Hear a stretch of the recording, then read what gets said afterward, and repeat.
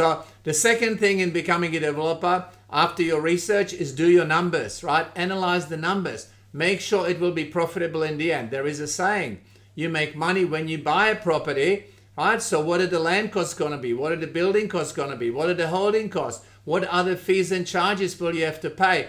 There is a software called Fee Study. It's an industry standard software tool, right, which is used by developers and values to investigate what the financial feasibility and profitability will be of any particular development project.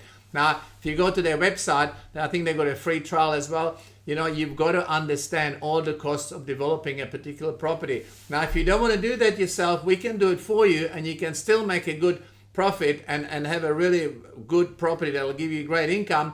But remember, the more work you do yourself, obviously, the more profit you make. It's no different to, you could go to the supermarket, you buy all your food, your veggies, your meat, your whatever you like to eat. You go home, you cook it up. 3 or 4 hours later, you make this beautiful gourmet meal. You can put a beautiful tablecloth, wine. You have a romantic dinner with your wife or your husband, and you enjoy the evening. The other option is you just go to a restaurant, right? You don't have to buy the food. You don't have to do the cleaning up, no cooking, right? It's all done for you, but you're paying a premium for it. It works the same in property, right? You become, when you're a developer, you become like you become like the restaurant for yourself, right? But if you're doing it for yourself with property, the rewards are much greater than just cooking a meal for yourself. You're better off becoming a developer and getting a property like this, and then going to a restaurant and celebrating the money you're going to make out of the property. I'm telling you, I've done both.